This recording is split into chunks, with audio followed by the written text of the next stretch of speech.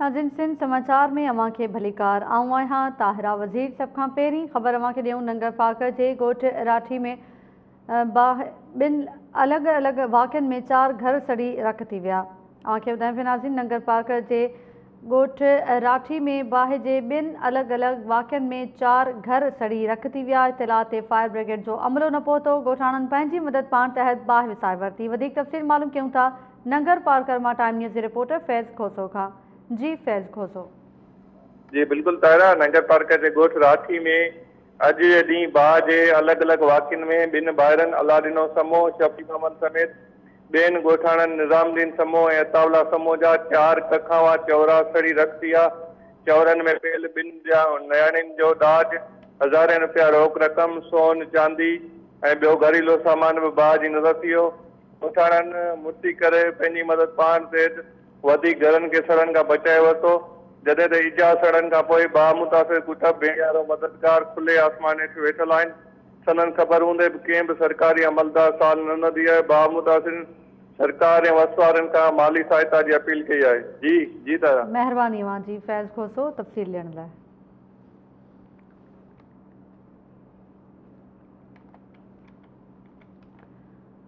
फैज़ खोसो तफ़सील ॿुधाए रहियो हो नगर पार्कर मां। ॻोठ राठी में बाहि जे ॿिनि धारदार वाक़िअनि में 4 घर सड़ी रख थी विया।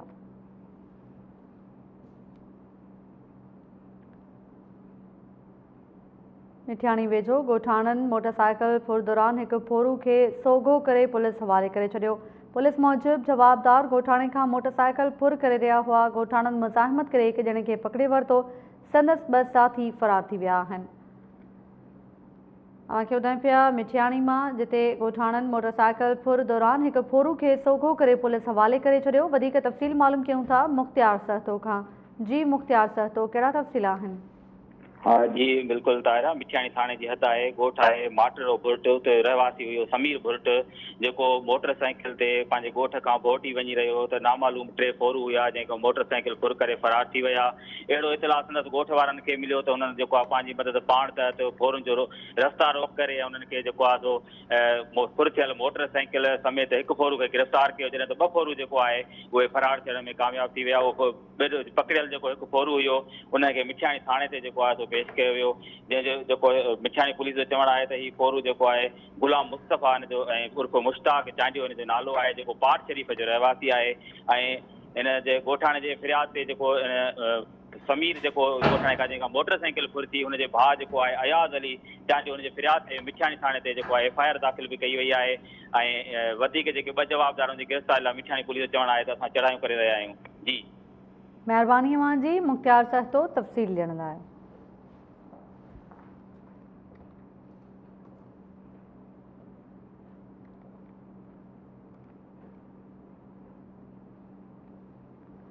मटियारी ऐं मुख़्तलिफ़ इलाक़नि में रोलू कुतनि जो आज़ार ख़त्म नाहे थियो। शाहपुर में रोलू कुते अरशद ख़ासकरी खे ॾाढे विधो खेसि इस्पताल मुंतक़िल कयो वियो।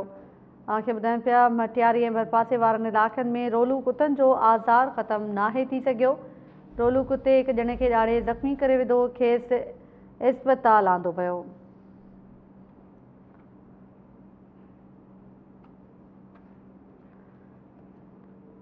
मटियारी ऐं भरपासे वारनि इलाइक़नि में रोलू कुतनि जो आज़ार ख़त्म नाहे थी सघियो। अॼु वधीक हिकु ॼणे खे रोलू कुतनि ॾाढे ज़ख़्मी करे विधो आहे।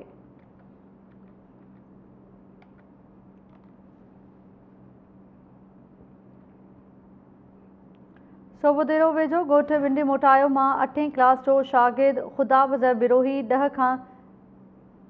10 ॾींहनि खां पुरस्कार नमूने गुम थी वियो। संदसि वारिस परेशान आहिनि। नींगज वारसनि जो चवणु आहे त ख़ुदा नज़र 10 ॾींहं अॻु घर में मामूली ॻाल्हि तां कावड़जी वियो जंहिं बाद गुम आहे। टाइम न्यूज़ रिपोर्टर फज़ल मोहम्मद मंगी असां सां लाइन ते मौजूदु आहे। जी फज़ल मोहम्मद कहिड़ा तफ़सील आहिनि? जी बिल्कुल तव्हांखे ॿुधाईंदो हलां त सुबुह जो बरसां ॻोठ बिंडी मोटायो में नींगर 8वीं क्लास जो शागिर्द ख़ुदा नज़र वलद नूरदीन गिरोही 3 ॾींहंनि खां लापता आहे। नींगर जे वालिद नूरदीन गिरोही मीडिया खां तफ़सील ॾींदे चयो त तक़रीबन 10 ॾींहं अॻु मुंहिंजो पुटु ख़ुदा नज़र घरां कावड़ जी घर निकिरी वियो जंहिंखां पोइ हू घर वापसि न आया आहियो। महिरबानी मुंहिंजी फज़ल मोहम्मद मंगी तफ़सील ॾियण लाइ।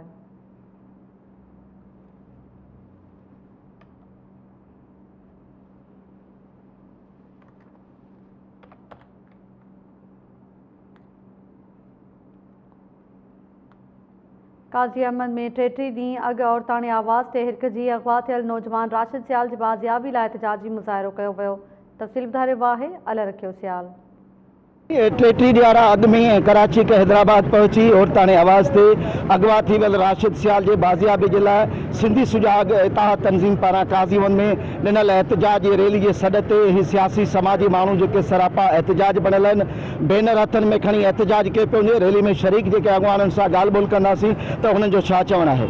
त राशिद सियाल जंहिं ग़रीब मज़दूर तबिको जेको अञा ताईं धाड़ेलनि जे चंबे में आहे उन गिरफ़्तार आहे, जंहिंजे घर में राज रोड़ो आहे, जेको वाहिद हिकु ज़रियो कमाइण लाइ घर में, जंहिंजे घर में कुझु बि न आहे, जेके फ़क़्र फ़ाक़े कशी में हालत में आहिनि। पर अफ़सोस जहिड़ी ॻाल्हि आहे असांजी इंतिज़ामिया असांजा जेके बि आला अख़्तियार आहिनि जेके अञा ताईं ख़ामोश आहिनि उन्हनि लाइ को क़दम न खयो आहे। असांजो हिन एहतजाज ज़रिए मुतालबो आहे 33 ॾींहं अॻु में राशिद सियाल अगवा थियल उनखे फौरी तौर ते आज़ादु करायो वञे ऐं उन सां गॾु जेके बि सिंध में मदवी अगवा थियल आहिनि उन सभिनी खे आज़ादु करायो वञे। छो जो रियासत जी ज़िम्मेवारी आहे, पुलिस जी ज़िम्मेवारी आहे सिंध जे माण्हुनि खे अमन अमान ऐं तहफ़ुज़ बराहम करणु। त असांजो मुतालबो हिकु ई मुतालबो आहे त राशिद सियाल खे फौरी तौर ते आज़ादु करायो। जेका रैली आहे उहो नौजवान राशिद सियाल जेको असल काज़ीम जो रहाकू आहे, कराची में जो कमाईंदो उनखे औरताणी आवाज़ ते घुराए हैदराबाद में उनखे अगवा कयो आहे। शिकारपुर जे हद में धाड़ेल रोज़ फोनूं करे भुंगदा घुरनि त छोकिरे खे असां क़त्ल करे छॾींदासीं। ऐं IG सिंध पुलिस खे अपील थो कयां त पोइ तूं पूरी सिंध जा बहितरीन ऑफिसर जंहिंमें नवाब शाह जो SSP हुयो, DIG हुयो, सभु SHO सभु पुलिस वारा तो शिकारपुर मोकिलिया आहिनि, पर असांजो हिकिड़ो राशिद सियाल उन्हनि खां बाज़ाब नथो थिए। अफ़सोस सां चवणो थो पवे त ॾिहाड़ी कमाए पेट जो चुल्हो ॿारींदड़ नौजवान राशिद सियाल घटि लखे रुपयनि जी घुर कंदड़ भुंग ऐं असांजे रियासत ख़ामोशी जी तमाशे बणियल रियासत उहा आहे। रियासत माउ जो दर्जो रखंदी आहे पर असां सां अलाए छो बिटी मयार वारो रस्तो रखियो पियो वञे। ॾाढो अफ़सोस थियो आहे त जेको सिंध गवर्नमेंट को एक्शन न खणियो आहे। इस ताईं 3 ॾींहं थी विया नौजवान खे, हिकु मासूम नौजवान खे औरताणी आवाज़ में हिरकाए अगवा कयो वियो आहे। ऐं काफ़ी अहिड़ा वाक़िया थी रहिया आहिनि सिंध में। असां आला अख़्तियारनि खे अपील था कयूं त अहिड़नि जेके ज़ुल्म करे रहिया आहिनि उनखे केतिरे किरदार ते पहुचाइनि। 33 ॾींहं पहिरीं काज़ीम जो रहवासी राशिद सियाल जेको अगवा थी वियो अञा ताईं बाज़ियाब न आहे थी सघियो। ही काज़ीम जो शौर जी निकितो आहे, उनजी बाज़ियाबी लाइ एहतजाज रिकॉर्ड कराइण असां IG सिंध खां अपील कंदासीं, CM सिंध खां अपील कंदासीं न उनखे बाज़ियाब करायो वञे। सदर आबका यूनिट कामे काज़ीमन जीअं त अॼु खां 33 ॾींहं अॻु राशिद सियाल खे खंबे गुम कयो वियो आहे ऐं उनजे लाइ वालदेन खे मुसलसल फ़ोनूं अचनि पियूं मुख़्तलिफ़ नंबरनि तां त 30 लख रुपया 40 लख रुपया 50 रुपया गुम ॾियो। जीअं त उहो मिसकीन पोरियत मज़दूरी करे खाईंदड़ आहे, राति जो कमाए ॾींहं जो कमाए थो, राति जो खाए थो, उन खां 30 लख रुपया बुंगी आहे। नाइंसाफ़ी आहे। इन रैली में शरीक जेके अॻवान ऐं जेके रैली में शहर सां मुख़्तलिफ़ जेके तंज़ीमुनि सां तालुक रखंदड़ अॻवान जेके उन्हनि जो तव्हां ॻाल्हियूं ॿोलियूं ॿुधियूं, उन्हनि जो चवणु हो त सिंध गवर्नमेंट IG सिंध ॿिया जेके वसवारा इदारा आहिनि फौरी तौर ते तहरीक ऐं नोटिस वठी करे माना हीअ जेको मुबैन तौर ते अगवा थी वियो राशिद सियाल उनखे फौरी तौर ते बाज़ियाब करे घर में जेके ख़ुशियूं जेके मोकिलायूं उन ॿीहर आबाद कयूं आहिनि। कैमरा टीम सां गॾु अल रखियो सियाल, टाइम न्यूज़ काज़ीमन। काज़ी अहमद मां अल रखियो सियाल जी रिपोर्ट अवां ॾिठी नाज़रीन। उन खां पोइ अवां खे ॿुधायूं मदेजी में ॻोठु गाहिजा वासी पोरियत सिकंदर अबड़ो घरवारी सां गॾिजी भाउ ऐं भाइटियुनि जे मुबैना ज़ुल्मनि ख़िलाफ़ एहतजाज कयो। संदसि चवणु हो त भाउ ऐं भाइटिया मिल्कियत ते कब्ज़ो करणु चाहिनि था, मुख़्तलिफ़ तरीक़नि सां धमकियूं ॾेई रहिया आहिनि। अवां खे ॿुधायूं पिया मदेजी मां ॻोठु गाहिजा वासी पोरियत सिकंदर अबड़ो घरवारी सां गॾिजी भाउ ऐं भाइटियुनि जे मुबैना ज़ुल्मनि ख़िलाफ़ एहतजाज कयो। वधीक तफ़सील मालूम कयूं था सिकंदर राहूजो खां। जी सिकंदर राहूजो, कहिड़ा तफ़सील आहिनि? जी ताहिरा मां तव्हांखे ॿुधायां मदेजी जे ॻोठ गाहिजा जे रहवासी पोरियत सिकंदर अबड़ो घरवारी मुसम्मद इरशाद खे साण करे मदेजी प्रेस क्लब ते पहुता, जिते उन्हनि चयो त जेको आहे सो मुंहिंजो भाउ अब्दुल गफ़ूर ऐं संदसि जेको आहे सो मंसूर तुफ़ेल ऐं भाउ जे तालिक़ लाइ उन्हनि चयो त जेको आहे असां ज़्यादती करे रहिया आहिनि ऐं असांजी जेका मिल्कियत आहे उन ते उहो कब्ज़ो करणु चाहिनि था। असां वस वारनि खे बार बार जेको आहे अपीलियूं कयूं आहिनि, पर जेको आहे का बि न कयो। हुननि DC शिकारपुर SSP खां वार जो मुतालबो करे कयो त असां सां इंसाफ़ कयो वञे। जेकॾहिं इंसाफ़ न कयो त असां जेको आहे एहतजाज दाइरो वधाईंदासीं ऐं असां मिसकीन पोरियत आहियूं असां वरी बि अपील था कयूं त असांजी वार करणी। जी ताहिरा, महिरबानी अवां जी। सिकंदर राहो जो तफ़सील ॾियण लाइ।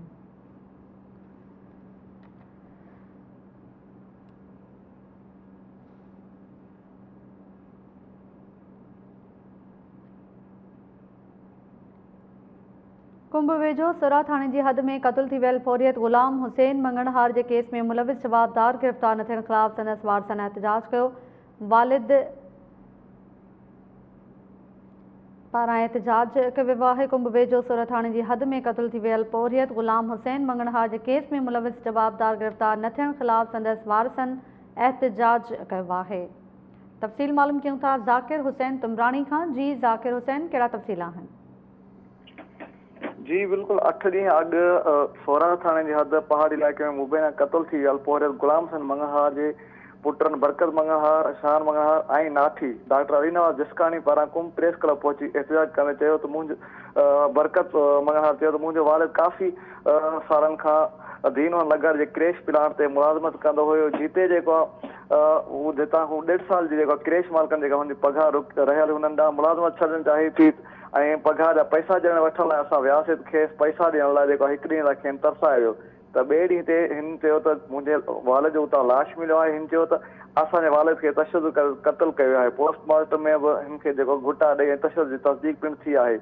हिननि चयो त असां टिनि जवाबदारनि ख़िलाफ़ जेको आहे केस दाख़िल करे पर अञा ताईं जेको पुलिस उन्हनि कंहिं बि हिकु जवाबदार खे गिरफ़्तार न कयो आहे। हिननि जेको आहे IG सिंध, DIG सखर ऐं SSP खैरपर खां मुतालबो कयो त असांजे वालिद जे कातिल मुलविस कातिलनि खे जेको गिरफ़्तार करे खेनि असां सां इंसाफ़ कयो वञे। जी महिरबानी अवां जी ज़ाकिर हुसैन तफ़सील ॾियण लाइ।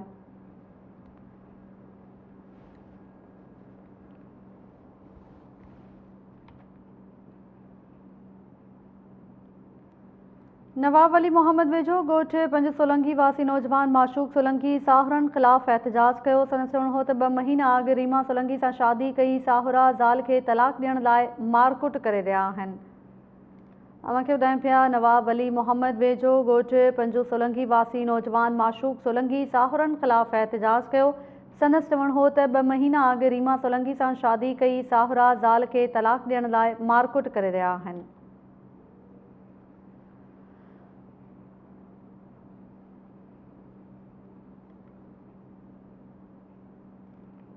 उमरकोट भरसां सिंधी अदबी फोरम पारां नामयारे क़ौमी कारकुन जुमन दरबदर जी आत्मकथा जी किताब वठी हर हर जनम वरबो जे ॻोठ रोहलवा में महूरती तक़रीब मुनक़िद कई वई। तक़रीब में हलीम बाग़ी, ताज जोयो, अरबाब नेक मोहम्मद, मीर हसन, आरिसर, शबीर नज़ामानी ऐं ॿियनि अदीबनि शिरकत कई आहे। इलियास थरी खां वधीक तफ़सील मालूम कयूं था। जी इलियास थरी, कहिड़ा तफ़सील आहिनि? जी उमरकोट जे लॻ ॻोठ आहे रोहलवा जेको सिंध जी तारीख़ में इल्मी अदबी हवाले सां इंतिहाई शाहूकार ॻोठ आहे ऐं सिंध जे हिकिड़े फ़क़ीर सूफ़ी शाइर रोहल फ़क़ीर जे नाले सां आबाद आहे।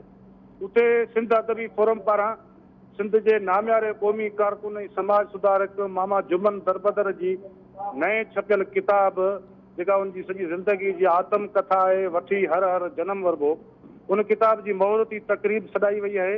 उहो प्रोग्राम हिन वक़्तु हलंदड़ आहे।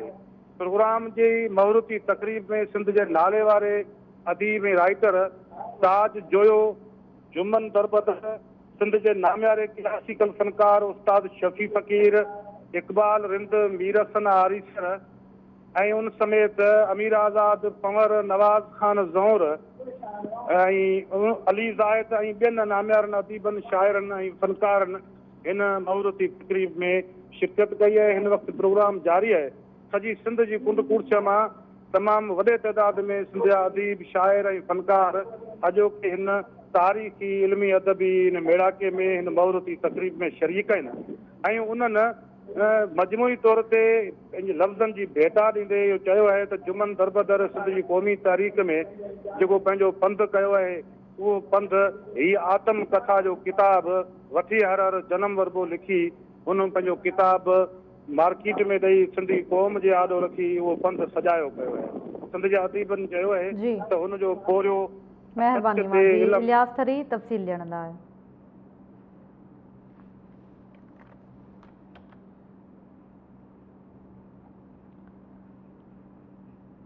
ठठो भरिसां औरतुनि लाइ पहिरीं ओताक क़ाइमु थी वई। कुटुंबनि लाइ जोड़ियल ओताक में समूरियूं औरत मुलाज़िम आहिनि। हिन हवाले सां औरतुनि जूं ॻाल्हियूं ॿुधाए रहियो आहे इस्माइल मैमून। असां हिन वक़्तु ठठे शहर वेझो छतोचन भरिसां माईदा डेरा माई जी ओताक हिकु समाजी तंज़ीम पारां क़ाइमु कई वई आहे ऐं माईदा डेरा माई जी ओताक जे हवाले सां इहो ॿुधायो पियो वञे त हिते फैमिलीज़ जेके आहिनि उहे हिते ईंदियूं ऐं हुननि खे हिते जेको आहे जो खाधे पीते जी शयूं प्रोवाइड करे ॾिनियूं वेंदियूं ऐं हीउ पहिरियों भेरो आहे जो ठठे शहर में ऐं ठठे शहर जे भर में माईदा डेरा माई जी ओताक जे नाले सां क़ाइमु कई वई आहे। ऐं चो त हिन सिलसिले में जेके हलाइनि पिया हिन माईदा डेरा खे उन औरतुनि सां ॻाल्हि ॿोल करियूं ऐं हुन सां गॾोगॾु हिते जेके ॿियूं औरतूं खाइण पीअण जे हवाले सां हिते आयूं आहिनि फैमिलीज़ उन सां बि ॻाल्हि ॿोल करियूं तो हुननि जो वधीक इन सिलसिले में छा चवण है। अगर आप देखें तो पैमान का काम यही है कि खवातीन को कुछ इस तरह का एम्पावरमेंट दें कि वो अपने एक तो उनमें कॉन्फिडेंस आए, दूसरा ये कि उनको कोई ऐसी स्किल दें ताकि वो अपने लिए कमा सकें। तीसरी जो सबसे इम्पोर्टेंट चीज़ है कि हम उनको लीडरशिप की उनकी कैपेसिटी हम बिल्ड करते हैं ताकि वो ना सिर्फ अपने घर के अंदर जो है वो फैसला साजी में हिस्सा लें बल्कि घर से बाहर भी फैसला साजी में हिस्सा लें। अदा तव्हांजी सवाल जो जवाब इन तरीक़े सां ॾिनो तव्हां चयो पिया कि माना और ठटे जो बिल्कुलु सही ॻाल्हि आहे त रिमोट एरिया आहे, लेकिन आउं बि हिकिड़ी सैयद खनाने सां तालुक़ु रखां थी। जेकर आउं माना मूं एतिरो माना पंहिंजी फैमिली खे जेको आहे एम्पावर कयो या उनखे रियलाइज़ करायो कि असां जेको असां में टैलेंट आहे असीं कुझु करे सघूं था। त अगरि मुंहिंजी माना सैयद फैमिली सां आउं निकिरी सघां थी त डेफिनेटली हीअ असां ॾिसो असांजी औरतूं छाजे लाइ नथियूं निकिरनि, छो जो हर जॻह ते मेल डोमिनेंसी आहे, सभु मेल्स ई जिते किथे आहिनि। त असां सोचो त कुझु अहिड़ो डिफरेंट हुजे जंहिंसां औरतूं अची सघनि ऐं उहे अची करे कमु करे सघनि। अदा हिकिड़ो पहिरीं त असां हिननि खे छा असां शुरूआत हितां खां कई आहे। हींअर हिन वक़्तु असांजे कैफ़े में सिर्फ़ु चांहि, चाट, पकोड़ा, समोसा ही चीज़ूं आहिनि, ठीकु आहे, हू असां पिया कयूं। असां वटि कुक बि फीमेल ई आहे ऐं असांजो मतिलबु हू उन सां गॾु असांजा हेल्पर हू बि 5 खां 8 छोकिरियूं ई आहिनि जेको हू उन्हनि खे सर्व कंदा चीज़ूं। फ़िलहालु असां हितां खां शुरू कयो आहे, इनशाअल्लाह अॻियां हली असां इनखे अञा ज़्यादा मतलब न में काफ़ी चेंजिंग्स आणींदासीं, काफ़ी बेहतरी ईंदी। माईदा डेरा है, यहाँ पे मैं आई हूँ, यहाँ का माहौल बहुत बेहतरीन है और खाना पीना भी बहुत ज़बरदस्त है और यहाँ पे हर चीज़ मुहैया है। और मैं ख़वातीन को यही पैगाम दे पाऊँगी कि यहाँ पे आके मीटिंग्स होती हैं, अपनी बातें होती हैं, सब चीज़ें यहाँ पे आके शेयर करें। एक लेडीज़ के लिए अच्छी फराहमी दी गई है यहाँ पे हमको कि हम यहाँ पर आएँ और आराम से अपने जो है ना वो सब फराहम करने वाली लेडीज़ ही हैं यहाँ पर। कुक भी लेडीज़ हैं और जो है वो सर्व करने वाली भी लेडीज़ हैं। तो मेरा यही एक पैगाम है लेडीज़ के लिए कि माईदे डेरे पे आएँ। जी नाज़रीन, तव्हां हिते आयल औरतुनि ऐं उन सां गॾोगॾु जेके ही रेस्टोरेंट माईदा डेरा माई जी ओताक जेके हलाए रहियूं आहिनि औरतूं उन जी बि तव्हां ॻाल्हियूं ॿुधियूं ऐं हिन जो इहो चवणु आहे त हीअ औरतुनि जे हवाले सां पहिरीं भेरो ठठे शहर जे पासे में भरिसां इहा क़ाइमु कई वई आहे। मायुनि जे हवाले सां हिकिड़ो मायुनि खे औरतुनि खे हिकिड़ो आज़ादानो हिकिड़ो माहौल जेको खाधे पीते पंहिंजी फैमिली समेत अचनि ऐं हिते अची करे न रुगो खाधे पीते सां लुत्फ़ अंदोज़ थियनि पर उन सां गॾोगॾु उहो पंहिंजो आज़ादी सां हिते जेको इन्वायरमेंट लाइ हिकिड़ो माहौल आहे, न रुगो पंहिंजी गॾिजाणी करे सघनि थियूं औरतूं पर उन सां गॾोगॾु पंहिंजा फैमिली जा जेके प्रोग्राम वग़ैरह जेके बि आहिनि उहे बि हिते करे सघनि थियूं। नाज़रीन, इस्माइल मैमून जी रिपोर्ट मां ॾिठी। उन खां पोइ अव्हांखे ॿुधायूं पटीदन भेरिया लिंक रोड जो गुज़िरियल 20 सालनि खां मरम्मती कमु नाहे थियो। रोड खंडर हुअण करे इलाइक़े वासी तकलीफ़ुनि खे मुंहुं ॾियण ते मजबूर आहिनि। पटीदन भेरिया लिंक रोड जो गुज़िरियल 20 सालनि खां मरम्मती कमु नाहे थियो। रोड खंडर हुअण करे इलाइक़े वासी तकलीफ़ुनि खे मुंहुं ॾियण ते मजबूर आहिनि। ॻोठाणनि एहतिजाज कंदे रोड जो मरम्मती कमु शुरू कराइण जो मुतालबो कयो आहे। वधीक तफ़सील मालूम कयूं था साजिद जोयो असां सां लाइन ते मौजूदु आहे। जी साजिद जोयो। जी ताहिरा, बिल्कुलु पटीदन खां निकिरंदड़ समूरा रोड रस्ता जेके आहिनि उहे त बहाली जो शिकार आहिनि पर पटीदन खां बिरिया रोड वेंदड़ लिंक रोड जेको आहे उहो गुज़िरियल 20 सालनि खां मुरम्मत न थियण करे बिल्कुलु तबाह थी वियो आहे। जंहिं करे अॼु इलाइक़े वासियुनि मोहम्मद उमन राजपर, हाफ़िज़ आमिद अली, काशिफ अली राजपर, अब्दुल अलीम राजपर ऐं ॿियनि पारां रोड खे ब्लॉक करे चूंडियल नुमाइंदनि ऐं ज़िले इंतिज़ामिया ख़िलाफ़ सख़्तु नारेबाज़ी कई वई। उन मौक़े ते एहतिजाज कंदड़नि ॿुधायो त चूंडियल नुमाइंदनि ऐं ज़िले इंतिज़ामिया जी नाअहली सबबि गुज़िरियल 20 सालनि खां पटीदन खां भेरिया रोड वेंदड़ लिंक रोड जेको आहे उनजो मुरम्मती कमु न थी सघियो आहे, जंहिं सबबि रोड में वॾा वॾा खॾा पइजी विया आहिनि ऐं रोड ते सफ़र करण जो जेको आहे उहो हींअर नाक़ाबिल आहे। जॾहिं त हादसा जेके आहिनि रोड मामूल बणिजी विया आहिनि। हिननि चयो त रोड ख़राबु हुजण करे हिन रोड ते पिणु बदअमनी पिणु वधियल आहे, जंहिं करे इलाइक़े वासी जेका आहिनि उहे सफ़र करण में जेको आहे ख़ौफ़ में वरितल आहिनि ऐं केतिरनि ई परेशानियुनि खे जेको आहे मोह ॾेई रहिया आहिनि। हिननि वधीक चयो त केतिरा ई भेरा रोड जा टेंडर थिया आहिनि पर ठेकेदार पैसा खाई कमु नथा कनि ऐं समूरो सिस्टम जेको आहे उहो मिलियल हुजण करे करप्ट ठेकेदारनि ख़िलाफ़ का बि कार्रवाई न पई कई वञे। महिरबानी अवां जी साजिद जोयो तफ़सील ॾियण लाइ।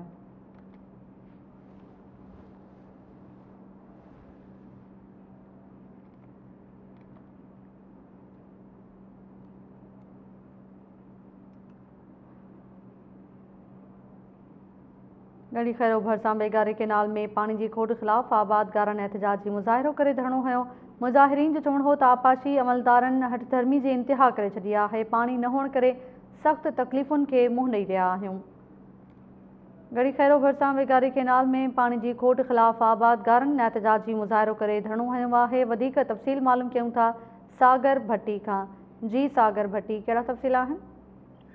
जी ताहिरा, गड़ी खैरो में बेगारी केनाल ऐं उन मां निकिरंदड़ जेके शाखूं आहिनि लुंड माइनर, ईदनवा, सीरवा ऐं ॿियूं जेके तमामु शाखूं आहिनि तालके जूं, उन्हनि में पाणी जी जेका खोट आहे उहो तमामु शिदत अख़्तियार करे वई आहे। पाणी जी खोट ख़िलाफ़ अॼु सुबुह मुख़्तलिफ़ ॻोठनि जे आबादगारनि ट्रैक्टर ट्रालियूं भरे जेके गड़ी खैरो पहुता ऐं गड़ी खैरो शहर में एहतजाज करण बाद उन्हनि बेगारी पुल ते पहुची टायर साड़े जेको धरणो हयो ऐं धरणो जेको उन आबादगारनि जो उहो सुबुह 7 वॻे खां जेको शाम 6 वॻे ताईं जारी रहियो।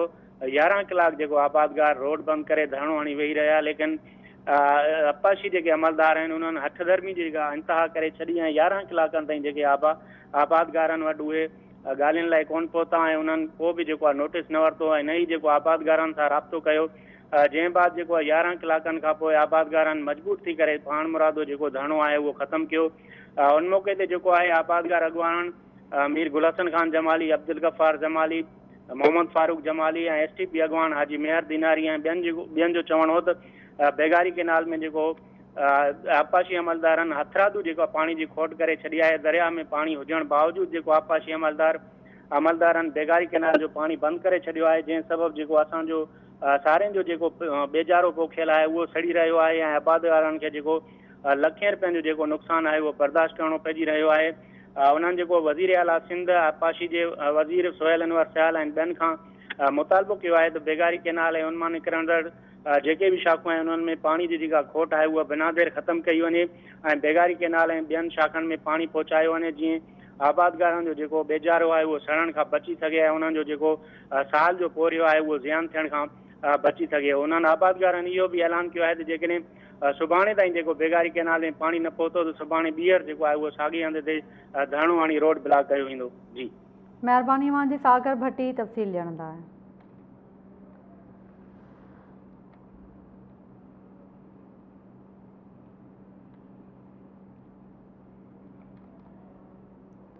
नाज़रीन तव्हांखे ॿुधायूं घोटकी मां जिते अदालत मां ज़मानत कराए घर वेंदड़ ॻोठाणनि जो पुलिस पीछो कयो त ॿई ॼणा कमंद जे फसल में लिकी विया। पुलिस ॻोल्हा बाद हिकु ॼणे खे मुक़ाबले बाद पिस्टल समेत गिरफ़्तार करण जी दावा कई।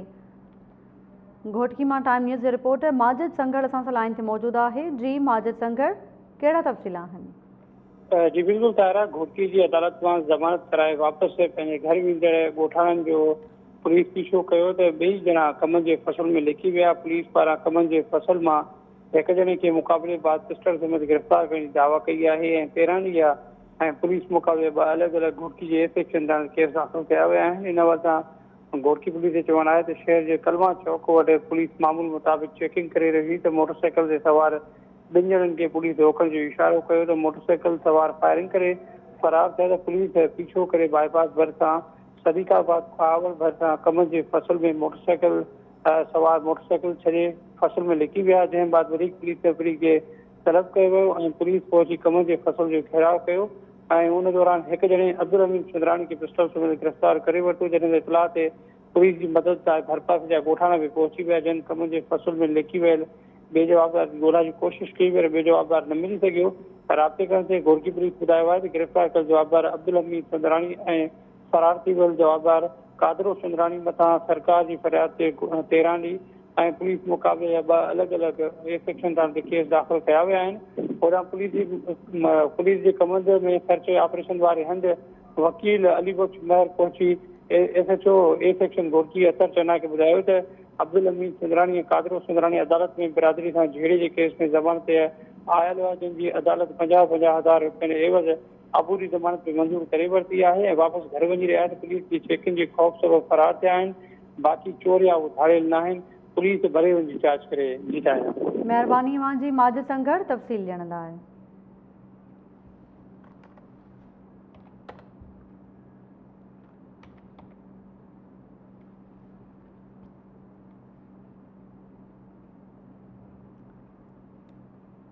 आखिरी चौदगी पुलिस जी ज़ियादतनि ख़िलाफ़ ॻोठ मोहम्मद लाइक ख़ासकैली जे रहवासियुनि एहतजाज कंदे इंसाफ़ जो मुतालबो कयो आहे। पेश आहे सागर अमीर हैदर जी रिपोर्ट। जी हिन वक़्त मौजूद आहियूं अकरी भरिसां ॻोठ मोहम्मद लाइक ख़ासकैली में, जिथे कुछ ॾींहं अॻु फुर्जी वारदात थी हुई ऐं फुर्जी वारदात दौरान करोंडी वासी आहे रहमत अली बुर्दी जेको ज़ख़्मी थियो हुयो ऐं हींअर बि जेका से नाज़ुक हालत में अस्पताल दाख़िल आहे। उन सिलसिले में असीं मौजूद आहियूं हिते जेको राशिद उर्फ़ गुंगू पुलिस अकरी गिरफ़्तार करे गुम करे छॾियो आहे। उनजे वारसनि वटि उहे एहतजाज करिया आहिनि। साण ॻाल्हि ॿोल कंदासीं त उन्हनि जो छा चवणु आहे। साईं ॿधी आहिनि पुलिस वारा। दरवेश आहे असांजो ज़हनी मरीज़ साईं आहे। 5-8 ॾींहं असांखे न ॾेखारनि था न को छा। साईं जेके 4 ॼणा ॿधी ॾेई आया आहिनि गुंगो सूबेदार साईं चवणु सूबेदार जो त असांखे उहे अचनि अची छॾाए वञनि। असांखे न सूबेदार थो ॾसे न को छा। असां चऊं था त जेतिरो थी सघे 4 ॼणा आहिनि साईं जावेद ख़ासकेली ऐं इरशाद ख़ासकेली भुट्टो अवाण तालिब ख़ासकेली। उन्हनि सलाह करे साईं असांजो दरवेश ॿधाए राति जो ॾेई आया आहिनि वञी। हाणे सूबेदार जो चवणु आहे त इहे 4 ई अचनि अची गुंगो छॾाए वञनि। असां साईं भॼी बीठा आहियूं अपीलूं कयूं अथऊं हेॾे विया केरु असांखे नथो ॾसे। चाचो हाँ जंहिंमें तालिब ख़ासकेली भुट्टो अवाण जवाद अरशाद ख़ासकेली सलाह पीरू गुराम ठाहे ड्रामो ठाहे सजण मसूरी सां सलाह करे सिजलत जो खणी उते पुल ते वञी बुर्दनि जे घर में वञी पुलिस नहीं अथनि। वरी उते ख़ासकेली अवाण वेठो आहे ख़ासकेली अवाणनि में वेठा आहिनि। उन ग़रीब ते वञी टांडो हयो अथनि पंजाबियुनि ते टांडो हयो अथनि। हुन ग़रीब बेमंगज़े खे गिलींदी ते पुलिस असांखे ॾेखारण बि नथा ॾियनि। पुलिस खे चवनि था त बाबा तव्हां वञी जेके ॾेई विया आहिनि उन्हनि खां वठो उन्हनि खे चओ उहो तव्हांखे ॾेखारनि। पंहिंजे गूंगे जी घुर कईसीं तालिब ख़ासकेली खां जावेद खां त हुननि असांखे वरी अॼु धमकियूं ॾिनियूं आहिनि। तव्हां खां झेड़ो बि कंदासीं विढ़ंदासीं बि। असां छा ॼाणियूं गूंगे मां पैसा बि घुरनि था असांखां। असां ग़रीब मिसकीन आहियूं। असांजी सिंध DIG खे बि अपील आहे SP खे बि अपील आहे त असां ग़रीबनि जो इंसाफ़ कयो वञे। फुरची पई उन में साईं जवाबदार हिकिड़नि ते शक सॼी ॻाल्हि हिकिड़नि ते जो ॿिए 3 ॾींहं सॼण मशोरी खां सूबेदारनि खां सलाह करे जिते ज़ोर हुयो उन्हनि साईं हिते राति जो गुंगे खे इशारनि ते चोरी बीहारे ऐं उहो 2 रुपया ॾेई हुनखे बीहारियो। पुलिस उनखे वते थी अवाणनि में हिननि बुर्दनि में वते थी बीहारी थी जंहिं ते मालिकनि बि उन ते अमल न कयो आहे त को हे गुंगो सचो आहे या हीअं आहे। सो हाणे पुलिस उनखे सूबेदार थो चए त बाबा मूंखे ॾेई वियो आहे जावेद ख़ासकेली इरशाद ख़ासकेली ऐं तालिब ख़ासकेली इहे मूंखे ॾेई विया आहिनि ऐं असां इहे न छॾींदासीं। SP सिंध खे DIG सिंध खे गुज़ारिश आहे त मुंहिंजो गुंगो आज़ादु कराए। बुर्दी खां फुरछी पोइ हुते बि ॾोहारी जेके आहिनि सो उहे भॼी विया जा काॾे विया केरु आहे। पोइ मामा आहिनि उनजा भाणे जेके वठी ते चरे खे ॾेई आया आहिनि उते सूबे आहिनि सजण मशहूरी ते उताक ते उनखे ॾेई छॾियो अथनि। उहो केॾीमहिल शरण जे घर में आहे केॾीमहिल कंहिं होटल ते ॿधो पियो आहे को किथे ॿधो पियो आहे को किथे। इन जो वीचारे जो हक़ कयो वञे। DIG सखर SSP खैरपुर ऐं ॿी वसवाण खे अपील कंदे चयो आहे त जल्दी में जल्द असांजो गुंगो जेको ज़हनी मज़दूर आहे उनखे बाज़ाब कराने ऐं जेके फुर्जी वारदात जेके हक़ी चोर आहे जेका पुलिस खे ऐं पाथार सभिनी खे ख़बर आहे त उन्हनि खे गिरफ़्तार कयो वञे। टाइम न्यूज़ टीम सां गॾु सागर अमीर हैदर अकरी चौधगी। जी सागर अमीर हैदर जी रिपोर्ट मां ॾिठी। सिंध समाचार में फ़िलहाल एतिरो ई। अवां ॾिसंदा रहो टाइम न्यूज़।